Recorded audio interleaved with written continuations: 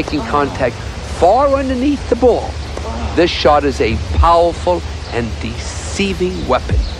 With the quick acceleration and brushing effect from either his forehand or backhand side, the opponent will often look up and say, "Oh, that ball is going out," and it falls in about 2 feet from the baseline.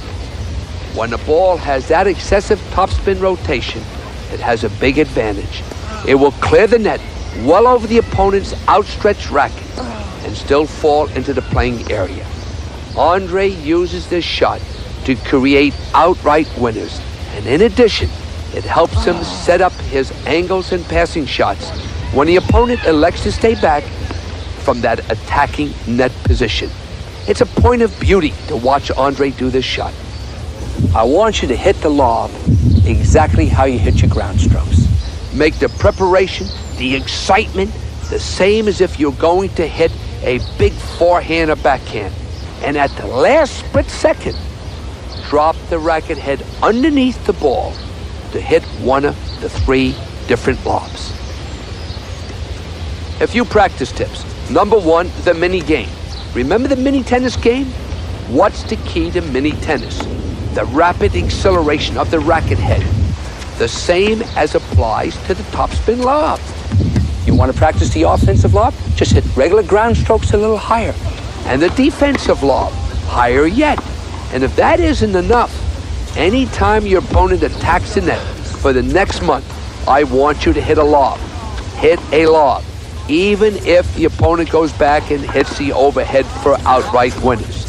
Next, when practicing your ground strokes from the baseline, vary the height of the ball each and every time.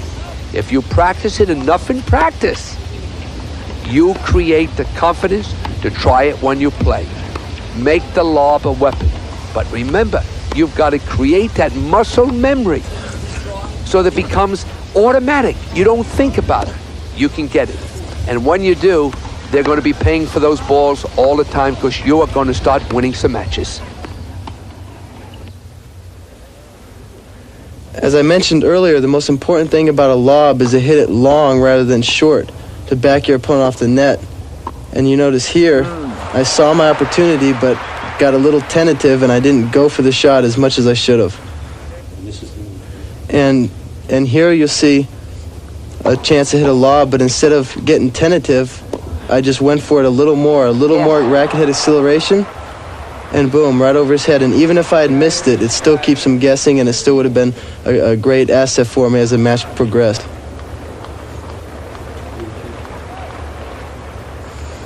Watch the return, how I come forward and block under his feet, and I quickly get to the next shot, prepare, and the most important thing is disguising it. He had no idea that lob was coming, and that's what made it so effective.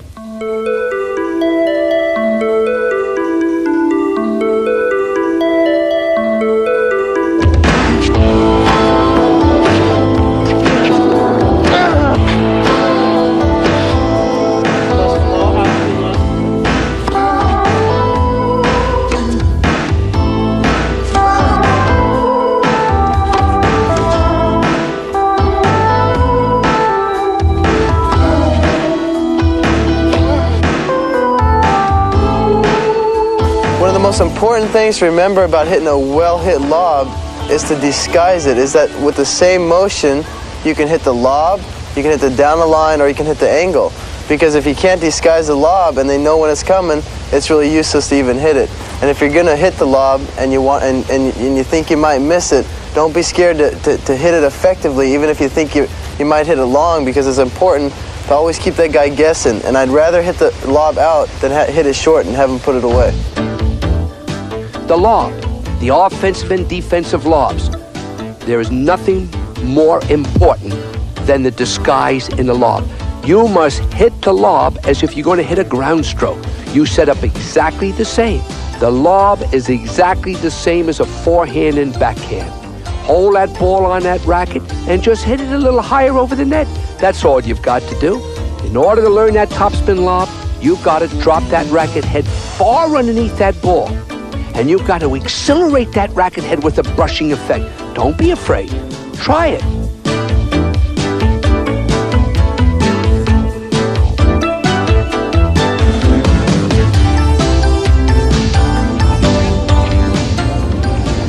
drop shot. It is not a new stroke. There I go again. A drop shot is nothing more than a backhand or a forehand hit with a little less power. Hold that ball on your racket a little longer. Get the feeling that the ball belongs to that racket. Hold on to it. Don't give it away. No racket acceleration on contact. Once you get this feeling, open the face slightly, Where you put a little reverse spin on the ball. That makes the ball hit and almost come back to you. The opponent must rush forward, and if they're able to reach the ball, they are often off balance or out of position, setting the stage for your attacking winner, a passing shot, or even a lob. Once again, the key is to disguise the shot until you actually make contact. Before that contact, your opponent cannot detect whether you will hit a full ground stroke or this, the most underrated offensive shot in the game. Remember, the racket actually carries the ball towards the net, slowing down at contact rather than accelerating. And that's called a drop shot with a little reverse spin. We keep coming back to the mini tennis game. In your warm-up drills, before playing singles or doubles, taking a lesson, or just practicing, spend the first 10 minutes playing mini tennis.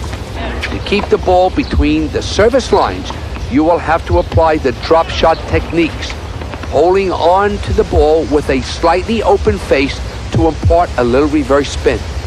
This is notably different from the mini tennis, where rapid racket head acceleration is used for the topspin and angle shots. In contrast, in this mini tennis drill, the racket decelerates at contact and even opens slightly to apply the reverse spin. Expand your mini game, hitting this drop shot from all positions inside the baseline area. Practice it. You'll get a brand new weapon in your attacking game of tennis. Backing your opponent up farther and farther is real important, but it's also important to mix it up by not letting them know what you're going to do, like hitting a drop shot every now and then. That's pretty. That is a very nice shot. And if you notice here in the replay exactly where in the court I was when I hit that drop shot, I wasn't behind the baseline on the low percentage shot. I was inside the baseline in control of the point.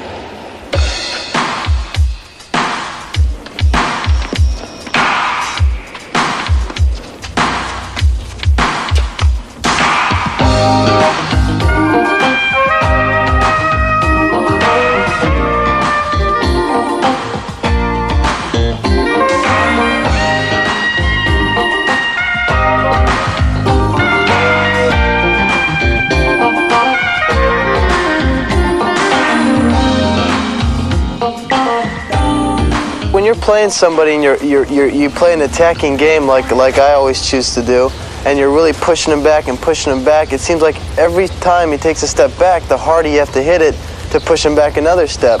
And I remember one match when I was playing, I kept pushing the player back, and eventually he'd run the ball down. I ended up losing the point. And I came off the court, and Nick said to me, he says, you know what, when you're pushing somebody that far back, he says, throw in a drop shot. Who cares if you miss it? Let the guy not know what you're going to do. Therefore, you bring him in, and your big power shot will be all the more effective.